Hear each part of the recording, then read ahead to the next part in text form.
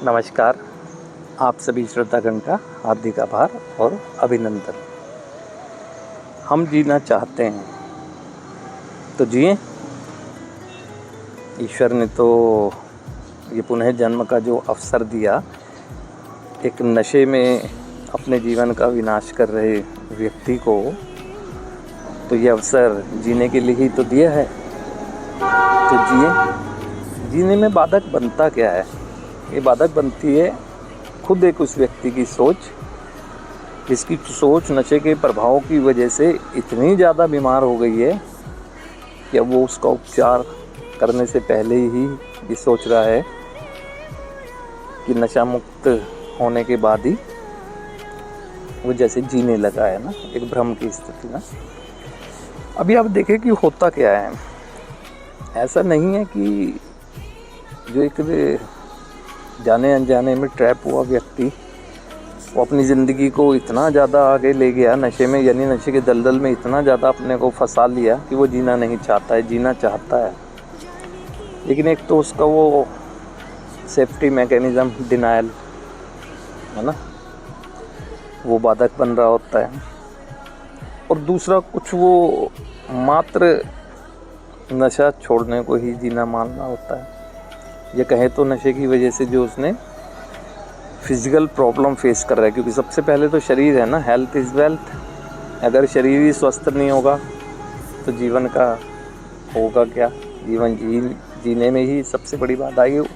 होता क्या है, कभी भी देखोगे आप तो नज़र आएगा, जब भी एक व्यक्ति नशे में डूबा होता है, जिस दौरान वो नशा कर रहा होता है, उससे अगर उसकी फ़िज़िकल हेल्थ के बारे में भी कोई बात करेगा ना, तो जस्टिफाई करता है कि नहीं वो आजकल ज़रा थोड़ा बीमार चल रहा हूँ इसलिए शरीर ऐसा हो रहा है, या वो थोड़ा बहुत दिन से कुछ ज़रा थोड़ा वेट लूज़ करना था इसलिए थोड़ा डाइटिंग पे हूँ, या कुछ भी भिन्न भिन्न तरीके बहाने जो उसे जस्टिफाई लगता है कि मैं कर पा रहा हूँ, क्योंकि शरीर इतना कमज़ोर हो चुका होता है, दूसरों को दिखता है ना।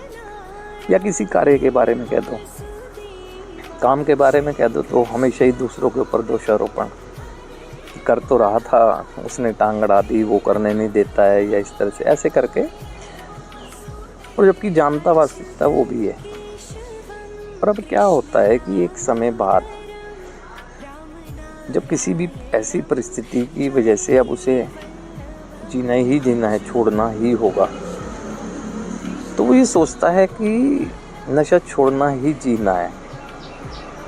यहाँ पर गलत है, यहाँ जागरूक होने की ज़रूरत है।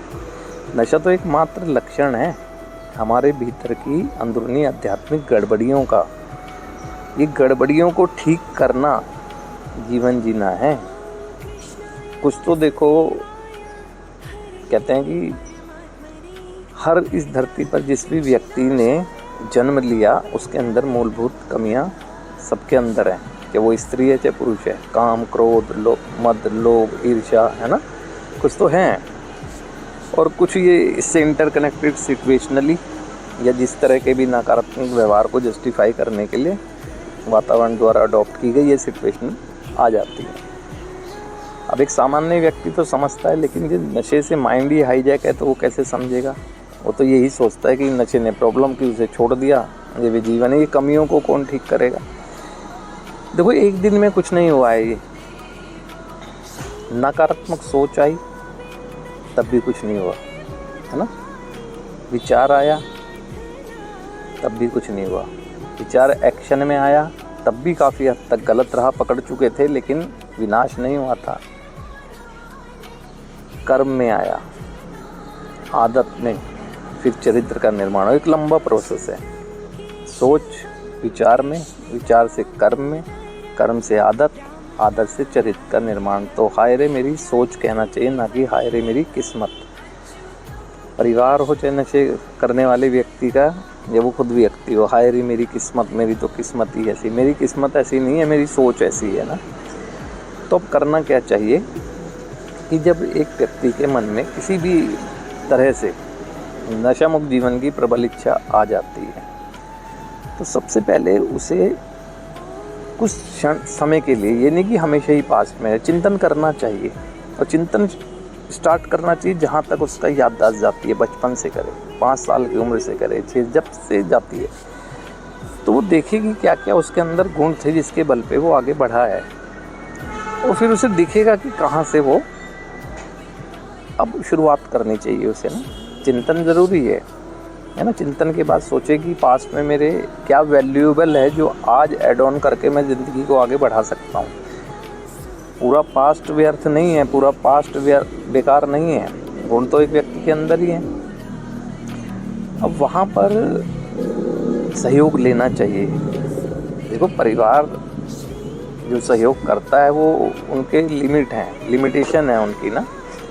खासकर नशे से डूबे व्यक्ति को उसकी समस्या से निकालने के लिए सहयोग जो महत्व रखता है ना, वो उन्हीं लोगों का होता है जो वैसा ही जीवन जीकर निकले हैं, क्योंकि वो उसे जज नहीं करते हैं, उसे गाइड करते हैं ना। उन्हें पता है कि वो जीना चाहता है, बस उसके सोच के अनुसार जो बाधा बन रही है उन चीज़ों को दूर करने का काम करते हैं। अब चिंतन के बाद ये सोचना चाहिए कि उसकी लाइफ का क्या प्लान होगा ना। उन्हीं चीज़ों को कंटिन्यू करना चाहता है जो उसने अधूरी छोड़ दी, ये कोई न्यू प्लान है ना। कोई भी हो तो उसके अंदर वो देखे और उसके अंदर वो सोचे। जीने से पहले सोचना होगा, एक स्ट्रक्चर तैयार करना होगा कि अब हमारी ज़िंदगी कैसी होनी चाहिए ना। जाहिर सी बात है कि हम फिज़िकल क्योर रहना चाहते हैं, सेल्फ केयरिंग है, स्वयं से प्यार करना सीखें, तो अब हमें शारीरिक स्वस्थता का ध्यान रखने की दृष्टि से सुबह से ही एक अनुशासन तो ज़रूरी है ही। ये देखना होगा कि कहाँ ऐसी एक्टिविटी में मैं पार्टिसिपेट कर सकता हूँ जहाँ से मुझे फिज़िकल ग्रोथ मिले ना, है ना। क्योंकि उस समूह को भी मेरे को त्याग करना है ना। वो नई आदतों से, है ना, नई जीवन शैली से ही त्यागो, कहने से नहीं त्यागो कि मैं उनसे बोलूँगा नहीं, पुराने मित्रों से नहीं। वो खुद ब खुद बिना कहे ही छूट जाएंगे। जो लाइफस्टाइल चेंज होगा, नई आदतों में मैं शारीरिक अपना केयर करने लगा हूँ। जहाँ पर भी, जिस जगह भी जाता हूँ, एक ग्रुप पूरा वर्क करता है शारीरिक स्वस्थता के लिए। उनसे मेरे ताल्लुकात अच्छे होते हैं, वो जज नहीं करते हैं, क्योंकि मेरे को वो नए रूप में देख रहे हैं ना। तो जीवन की शुरुआत हो जाती है। फिर इसी तरीके से मैं देखूं कार्य क्षेत्र में, फैमिली में, कहाँ मेरे रिलेशन किस लेवल पर, है ना, ख़राब हुए हैं, ये क्या करना चाहिए मुझे, किस तरह से करना चाहिए। देखो, एक चीज़ है कि विनम्र मुझे ही होना होगा, यानी एक्सेप्टेंस मेरे अंदर आनी चाहिए ना। क्योंकि ज़िंदगी जो जिस हाल को वर्तमान में महसूस कर रहा होता है ना व्यक्ति, उसमें दूसरों से ज़्यादा उस व्यक्ति के खुद का रोल होता है ना, खुद की सोच का।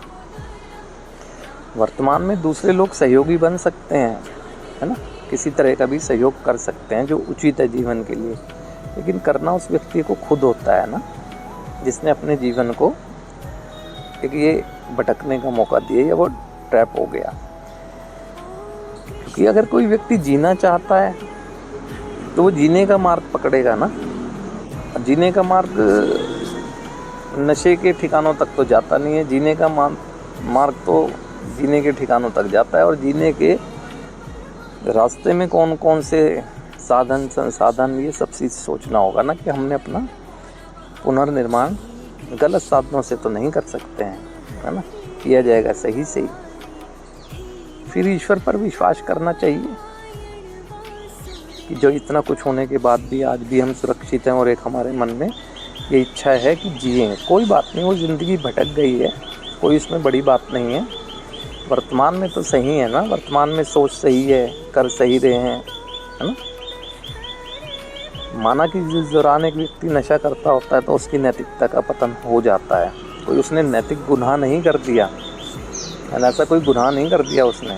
ठीक है, उसने सुविधाओं से कहें, नशे की वजह से कहें, संस्कार पर चलना छोड़ दिया, है ना, या उसकी कहें तो बिल्कुल आध्यात्मिक मूल्य जो एक नैतिकता होती है इंसान की, वो नहीं जी पाया, तो कोई बात नहीं। माइंड हाईजैक था, अब उसका मस्तिष्क उसके नियंत्रण में, जी लेगा। ज़्यादा ज़रूरत होती है उसे एक नशे में डूबे व्यक्ति को सहानुभूति की। सहानुभूति रखनी चाहिए हाई अलर्ट पे, है ना।